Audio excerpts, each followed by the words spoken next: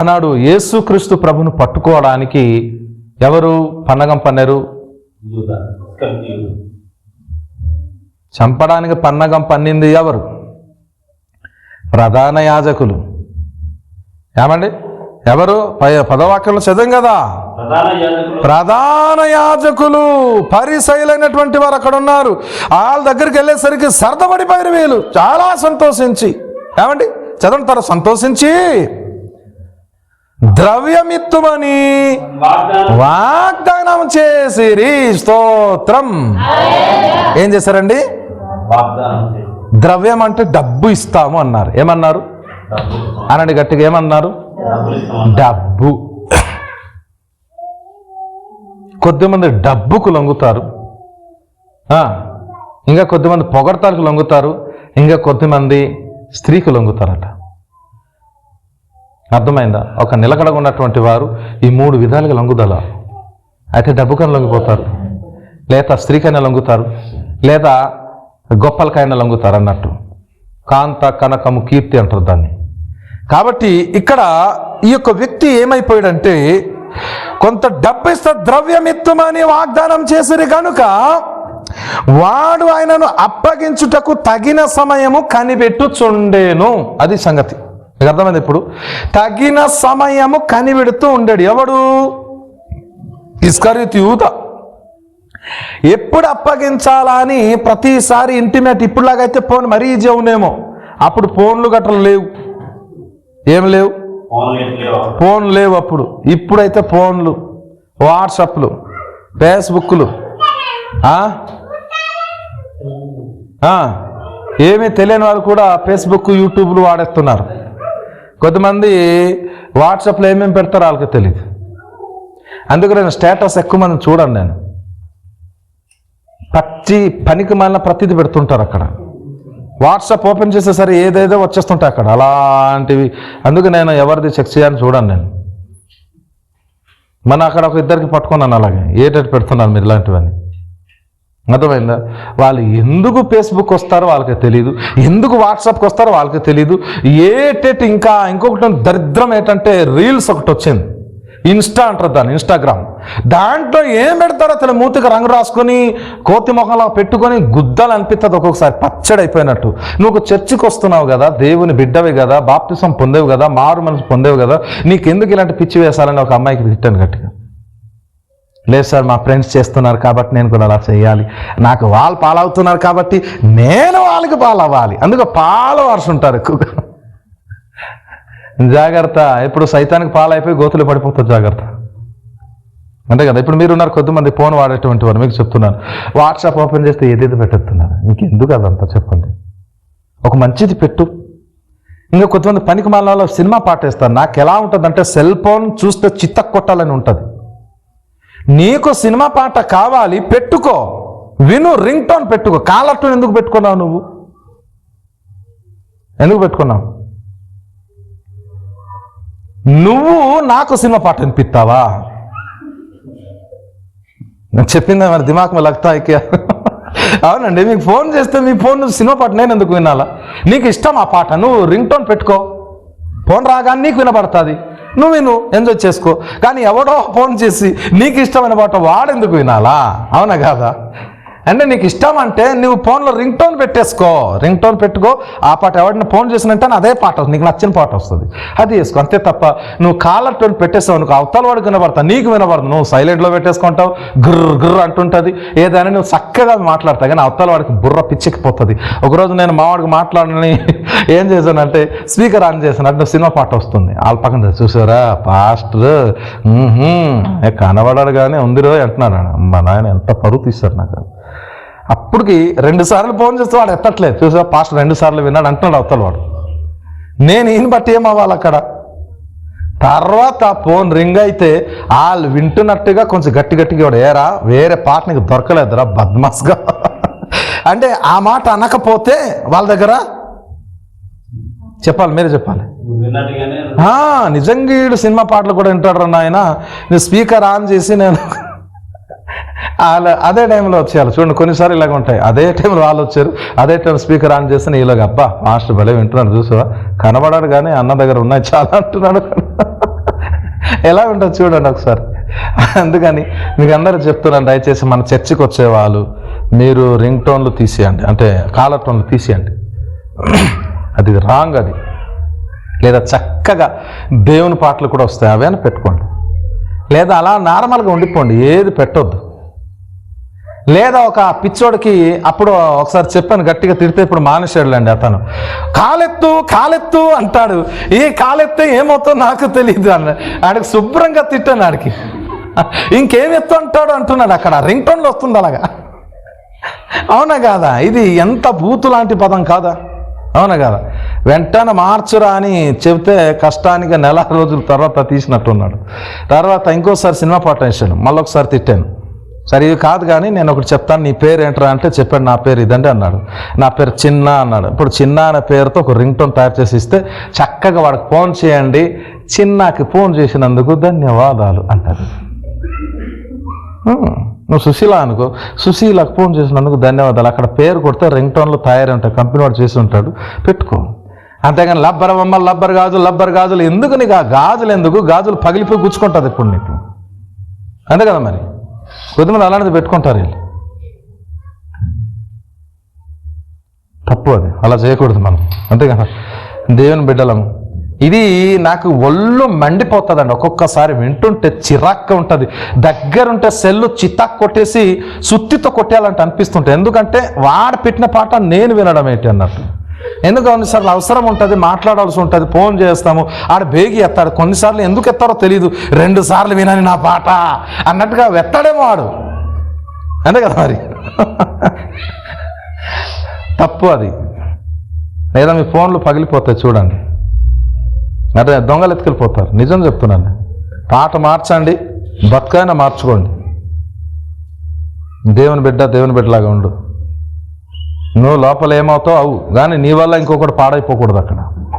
కానీ ఇస్కారీ తూద గురించి మనం వింటున్నాం కాబట్టి, ఇస్కారీ తూద చేసిన తప్పు లేకపోతే పని చాలా ఘోరం అండి. నిజంగా ఈయన ప్లాన్ ప్రకారంగా అన్ని చేసుకొచ్చాడు అతను. అంటే ఈయనకు అవసరం ఉంది, కానీ ఆ అవసరము అవకాశంగా మారకూడదు. అది ఎలాంటి అవకాశం వచ్చింది అతనికి? తన గురువుగారిని చంపడానికి అవకాశం. కనీసం బుద్ధి ఉండాలి, పనికి మాలాడు. కాకపోతే ఏమంటే ఎవరైనా మీరు ఎవరైనా నరకానికి వెళ్తారా? వెళ్ళరులేండి, మీరు చాలా మంచివారు, వెళ్ళరు. పొరపాటున వెళ్తే ఇస్కారీ చూస్తుంటారు కనవాడండి. మీ గురించి మా పాస్టర్ గారు చెప్తుండారు, అసలు ఎలాగయ్యా నువ్వు అంత సృష్టికర్త అయిన దైవ కుమారుణ్ణి గురువు గారినే ఇంత ఘోరం చేసినావేటయ్యా బాబు నువ్వు, అసలు ఏం జరిగింది నీకు అని చెప్పండి ఒకసారి, అడగండి ఆయనకి. ఎవరికి అడుగుతావా? అయితే వెళ్తావన్నమాట. అవునా కదా? ఒకళ్ళు పరలోకం కనుక వెళ్ళి ఉంటే మనం వెళ్తే ఎవరికైనా అడగవచ్చు. ఇప్పుడు మోసే గారు ఉన్నారు, ఎలియా గారు ఉన్నారు, ఎలీసా గారు ఉన్నారు, అబ్రహాం గారు ఉన్నారు, ఆదం ఉన్నారు, ఇంకా చాలామంది భక్తులు ఉన్నారు. ఇప్పుడు వింటున్నా కదా, ఎవరు మత్తయి, మార్కు, లూకా, యోహాన్ లాంటి వాళ్ళు. వీళ్ళుంటే పరలోకంలో వెళ్తే అడగవచ్చు. మరి నరకానికి వెళ్తే ఎట్లా అడుగుతావు? అక్కడ అడగడాలు ఉండవు, కాలడమే, అయ్యా అబ్బా అయ్యా అని అరపడమే, కాలటమే. నీకు అర్థమైందా? కాబట్టి నిజంగా తనను బోధ నేర్పించిన గురువు గారిని, దైవ కుమారుణ్ణి ఎలా శత్రువుల చేతికి అప్పగించాలని మనసు వచ్చిందని ఆయనకి. ఆయన అవకాశాన్ని వెతుకుచుండి అవకాశం దొరకగానే ఆయన అప్పగించేస్తాడు. మరొక మాట, 2 మాటలు చదివి ముగిద్దాం చూడండి.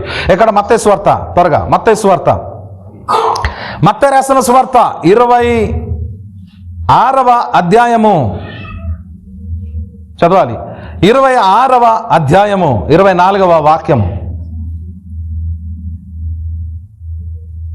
చాలా భయానకమైన విషయాలు ప్రియులారా. కొన్ని దైవికమైన విషయాల్లో అలా జరుగుతూ ఉంటాయి, కానీ ఎవరు జరిగించారో, అడ్డగిస్తున్నారో, ఎవరి వల్ల ఆటంకపడుతుందో వారు చాలా భయంకరంగా శోధించబడతారు. చాలా ఘోరం అండి. వచ్చే వారం ఇంకా ఘోరమైన టాపిక్ ఉంటుంది, విందురు కానీ మీరు చదవండి. మనుష్య కుమారుని గూర్చి రాయబడిన ప్రకారము ఆయన పోవుచున్నాడు గాని ఎవని చేత మనుష్య కుమారుడు అప్పగింపబడుచున్నాడో ఆ మనుషునికి శ్రమ. దైవ నిర్ణయ ప్రకారంగా మనుష్య కుమారుడిగా ప్రభువైన యేసుక్రీస్తు వారు ఆయన జీవితంలో జరగాల్సిన సంఘటనలు జరుగుతూనే ఉన్నాయి. కానీ ఎవరైతే అప్పగిస్తారో మరణానికి, ఎవరు తేలిపోయింది మనకు. డబ్బు ఇవ్వండి అప్పగిస్తానని చెప్పినవాడు ఎవడు? యాజకుల దగ్గరికి వెళ్ళి చెప్పండి. స్తుతించబోయి చంపబోతున్నాడు ఆయన. ఏం చేస్తున్నాడు? చంపడానికి చూస్తున్నాడు ఆయన. తన పేరులోనే దేవుని స్తుతించటం ఆరాధించడం అనే పేరు ఉంది, కానీ ఈ వ్యక్తి ఎలా మారిపోయాడు చివరికి? చంపడానికి వెళ్ళాడు అంటే ఇతన్ని ఎలాంటి శిక్ష వేయాలి ఆలోచించాలి మీరు. ఎలాంటి శిక్ష వెనుక సరిపోతుంది? ఆయన చిత్త ప్రకారంగా ఆయన పోతున్నాడు, కానీ ఎవరైతే అప్పగిస్తున్నాడో ఆ మనుషునికి శ్రమ అన్నాడు. కాబట్టి ఆయన అప్పగించేశాడు. పని అయిపోయింది, డబ్బులు దొరకాల్సింది. ఓహో నా పని తీరిపోయిందని ఎంత సరదాపడి జలసబడి వచ్చేస్తూ ఉన్నాడు.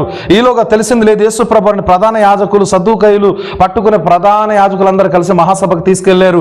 అక్కడ తీర్పు జరుగుతుంది. ఏ రోజు నుంచి ఇంకెవరి దగ్గరికి? పిలాతు దగ్గరికి వెళ్ళిపోయారు. అక్కడ నుంచి తీర్పు జరిగింది. ప్రజలు అసలు ఒప్పుకోవట్లేదు. ఆయన సిలువకేసి చంపేయాలని నిర్ణయం అయిపోయింది. రేపు ఉదయాన్నే యేసుక్రీస్తు అనేటువంటి ఆ యొక్క ప్రవక్తను లేకపోతే దైవ కుమారునికి మనిషి కుమారునికి సిలువ వేసి చంపుతారా అని తెలియగానే అమ్మమ్మమ్మ అంత పని అయిపోయిందా? మత్తయి సువార్త 27కి వెళ్దాం రండి ఒకసారి. ఏమన్నాడు చూడండి ఒకసారి. మత్తయి సువార్త 27వ అధ్యాయం, త్వరగా. మత్తయి 27 1-2 వాక్యాలు.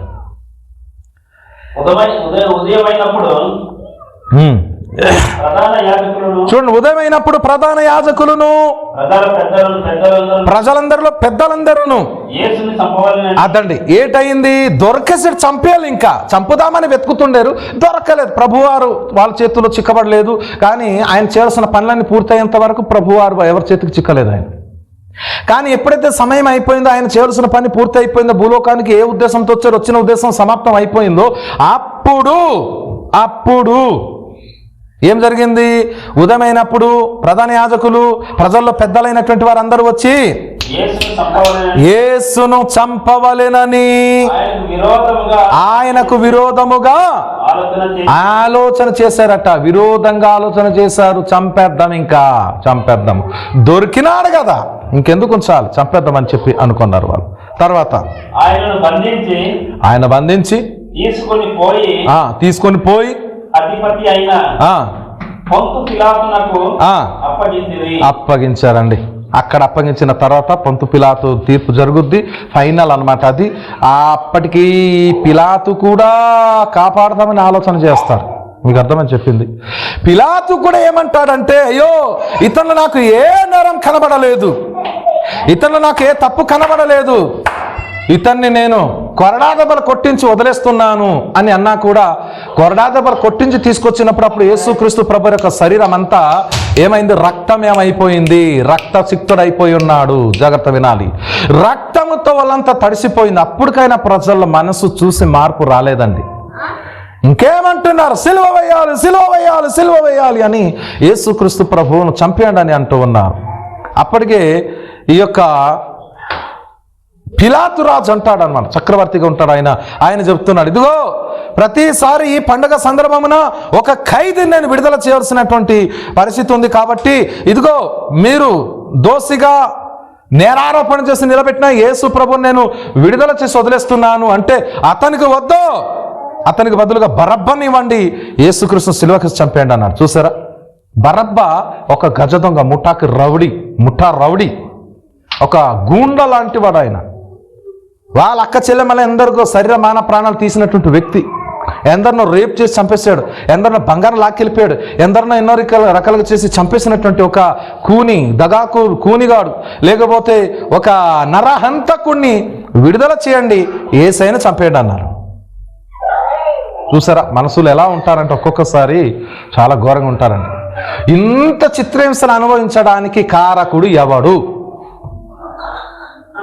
చెప్పండి? నేను బోధపడిందా? ఏమర్థమైంది? ఏమర్థమైంది చెప్పండి. ఇప్పుడు ఇస్కారియోతు యూదా ప్రధాన యాజకుల చేతికి అప్పగించకపోతే, యేసు ప్రభు శత్రువుల చేతికి అప్పగింపబడకపోతే ఎలా ఉండును? ఈ విధంగా బైబిల్ ఎక్కడ రాయబడలేదు వచనం, కానీ నేను ఊహించుకుంటున్నాను ఇలా జరుగునేమో. ఏంటి, ఇంకా యేసు ప్రభు 3.5 సంవత్సరాలు కాదు కదా, ఇంకొక 5 సంవత్సరాలు బ్రతుకునేమో. ఆయన బ్రతుకుంటే ఇంకెక్కువ సేవ జరుగునేమో, ఇంకా ఎక్కువ మంది శిష్యులు తయారు చేయనేమో. కానీ ముందుగానే చంపేశారు. అని మీరు అనుకోవచ్చు, యేసు ప్రభువును చంపేశారు, కొట్టి చంపారా అంటే, ఆయన ప్రాణాన్ని ఎవరు తీసుకోలేడు, ఆయనే ప్రాణాన్ని అర్పించుకున్నాడండి. వాళ్ళు వెతుకుతున్నప్పుడు ఎక్కడ దొరకలేదు కాబట్టి యేసు ప్రభు తనకు తానే అప్పగించుకున్నాడు. వెళ్ళి మీరు ఎవరిని వెతుకుతున్నారు అని అనగా, మేము యేసునంటే మీరు వెతుకుతున్న ఆయన నేనే అన్నప్పుడు వెనక్కి తిరిగి పడ్డారట. అమ్మ నాయన, ఎవరికి పట్టుకుందని వాడే వచ్చేసాడు అని వెనక్కి తుల్లి పడ్డాడట.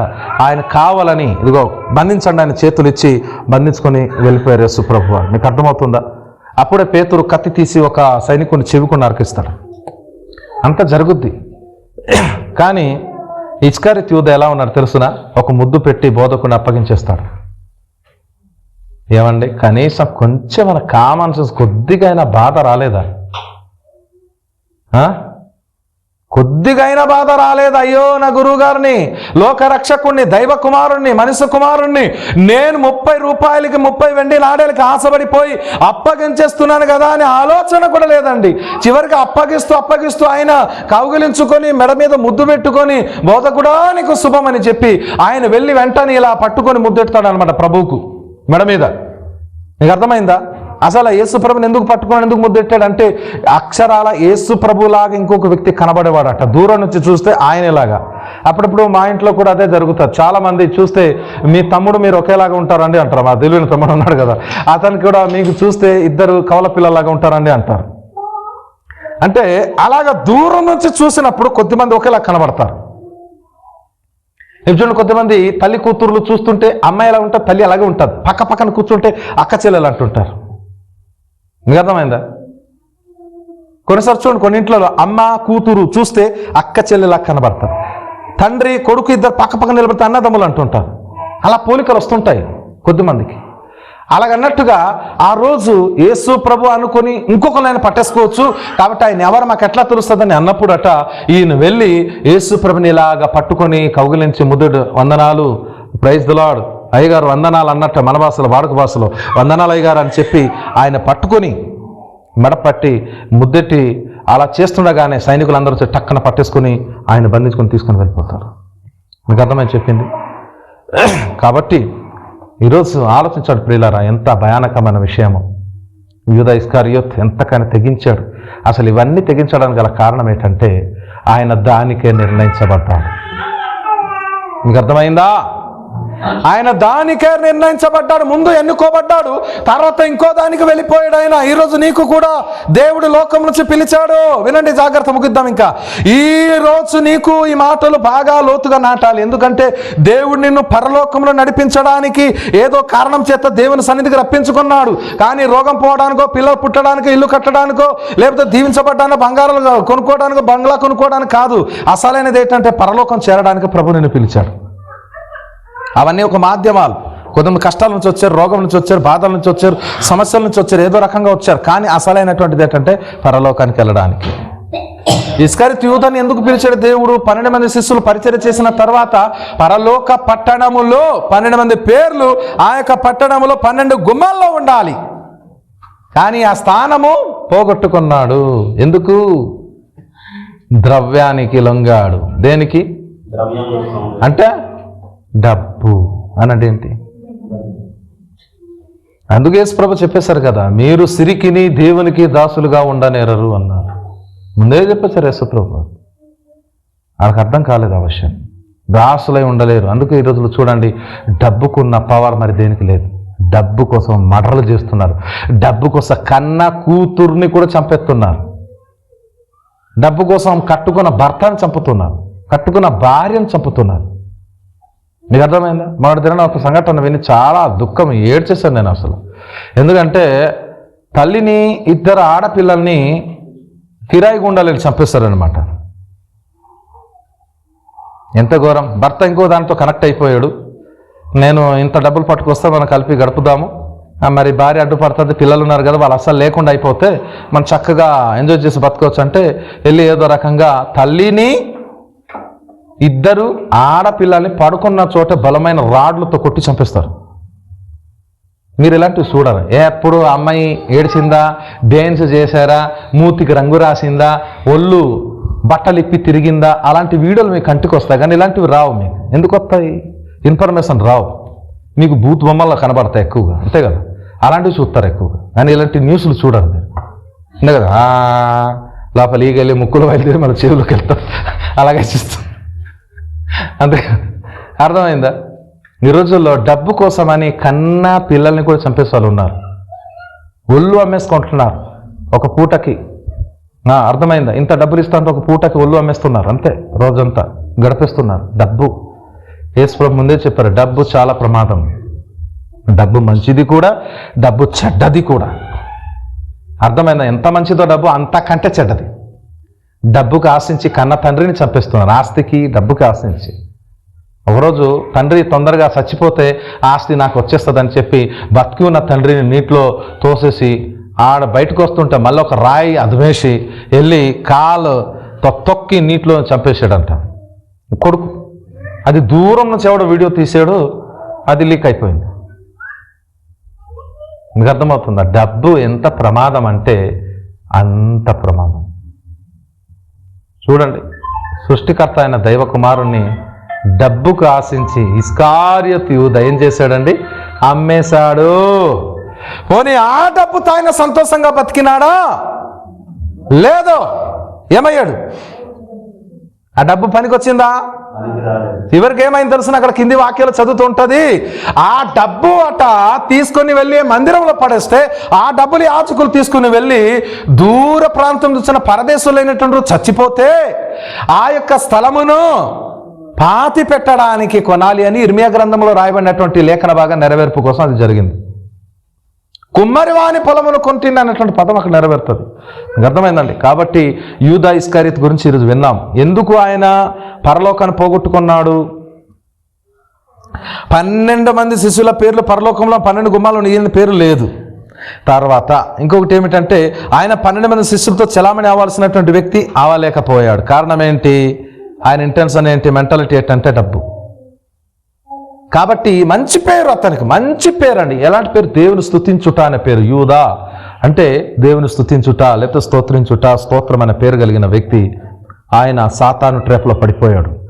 ఈరోజు వింటున్న మీరు కూడా సాతానుక ట్రాప్లో పడిపోకుండా ఉండాలి అంటే వాక్యానుసారంగా జీవించండి, దేవుని చిత్తాన్ని తెలుసుకోండి, వాక్యానుసారంగా జీవించి బ్రతుకుని దిద్దుకోండి. అప్పుడే మనము ఎత్తబాటుకు వెళతాం, అప్పుడే రక్షించబడతాం. లేకపోతే ఏదో ఒక దానికి అవకాశం ఇస్తే అపవాది మాత్రం ఖచ్చితంగా ఎంటర్ కొడతాడు. ఆయన తిరుగుతూనే ఉన్నాడు, ఎంటర్ కొడతాడు, వదలాడు. నిన్ను నశింప చేసేంత వరకు కూడా ఆయన విడిచిపెట్టాడు. కావున ఇన్ని విన్న తర్వాత ఇప్పటికైనా నువ్వు ఎలా బ్రతకాలి? యూదా ఇస్కారియోతు గురించి విన్నా మీరు, యూదా ఇస్కారియోతు లాంటి మనస్తత్వం నాకు వద్దు ప్రభువా, నేను చిత్తాన్ని తెలుసుకొని వాక్యానుసారంగా బ్రతుకుతాను, అలాంటి బ్రతుకు నాకు దయచేయమని మోకాల మీద నిలబడి ప్రతి ఒక్కరు కూడా అడగండి. ఒకసారి మోకాల మీద నిల్చోండి, అందరూ అడుగుదాం ఒకసారి. ప్రభువా, నిజమే నా జీవితంలో ఇస్కారియోతు యూదా కలిగినటువంటి మనసు నాకొద్దు. పేరు మంచిది కానీ తీరు బాగలేదు, పేరు మంచిది కానీ బతుకు మారలేదు, నాకు అలాంటి పరిస్థితి వద్దు అని చెప్పి ఈ సమయంలో అడుగుదాం. అందరు ప్రార్థన చేద్దాం, ప్రార్థన చేద్దాం, ప్రార్థన చేద్దాం, ప్రార్థన చేద్దాం. తలలు వంచండి, తలలు వంచండి, తలలు వంచండి. ప్రతి ఒక్కరు అడుగుదాం, అడుగుదాం, అడుగుదాం, దేవునికి అడుగుదాం, ప్రార్థన చేద్దాం, ప్రార్థన చేద్దాం. ప్రభా, ఇస్కారియోతు యూదా లాంటి మనస్తత్వం వద్దు. దైవభక్తి నాకు కావాలి, యథార్థత కావాలి. నాయన అన్యాయపు సొమ్ము నాయన ఆక్రమించుకోవాలని ద్రోహం చేశాడు ఆయన. అంటే ద్రోహ బుద్ధి నాకొద్దు, ద్రోహ బుద్ధి నాకొద్దు. నేను పాతాళానికి పోకూడదు, పోగొట్టుకోకూడదు. ఆయన ఎక్కడి నుంచి వచ్చాడు అక్కడ తిరిగి వెళ్ళిపోయాడు. నేను అలాగ ఉండకూడదు ప్రభువా. అలాంటి మనసు దయచేయమని ప్రార్థన చేద్దాం. ప్రార్థన, చిన్న ప్రార్థన అందరూ కూడా ఏకీభవించండి. స్తోత్రం స్తోత్రం స్తోత్రం స్తోత్రం స్తోత్రం స్తోత్రం. వందన